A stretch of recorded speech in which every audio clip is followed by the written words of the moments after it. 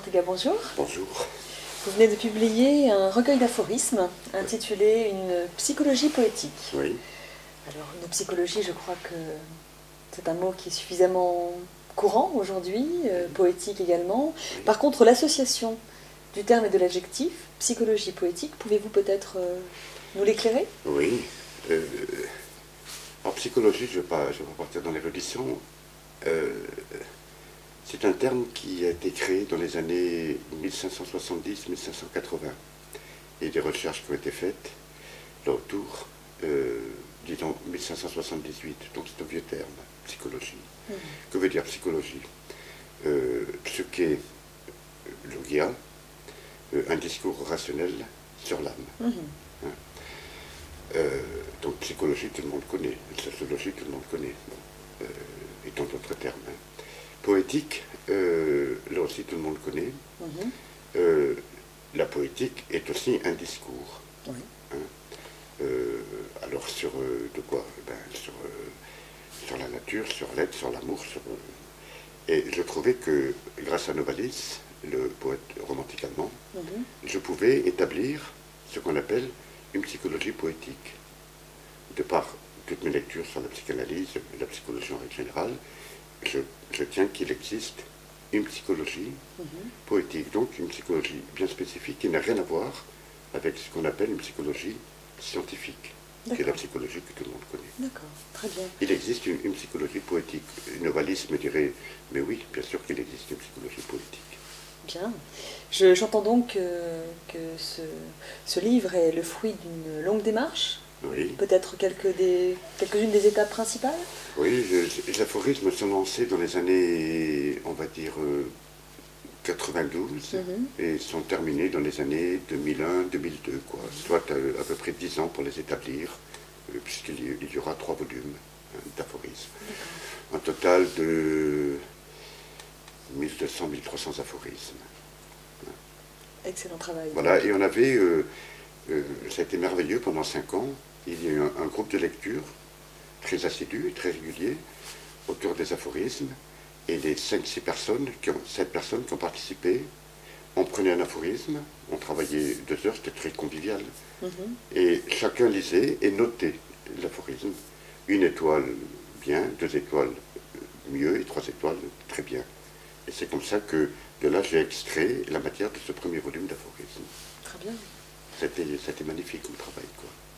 De plus, je crois que sur Internet, on peut découvrir des lectures de ces aphorismes, n'est-ce pas? Oui, que nous avons effectué avec Gérard Ortega et Cédric Blanchet lors de notre voyage à Salamanca, à Segovia, à Villa. Et voilà, on peut retrouver ces lectures des aphorismes sur Internet, oui. Bien.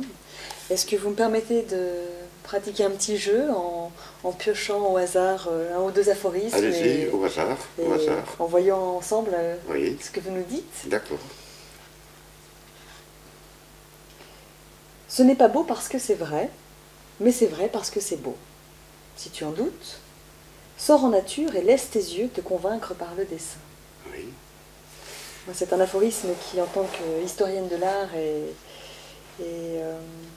travaillant sur la promotion des arts figuratifs, me parle. Oui. Est-ce que vous, en tant qu'auteur, poète, peintre, philosophe, vous pouvez nous en dire quelques mots? Alors là, on entre dans une psychologie poétique. Hein. Alors, chaque aphorisme recoupe une multitude de champs de lecture. Cet aphorisme, c'est un renvoi direct au poète anglais John Keats.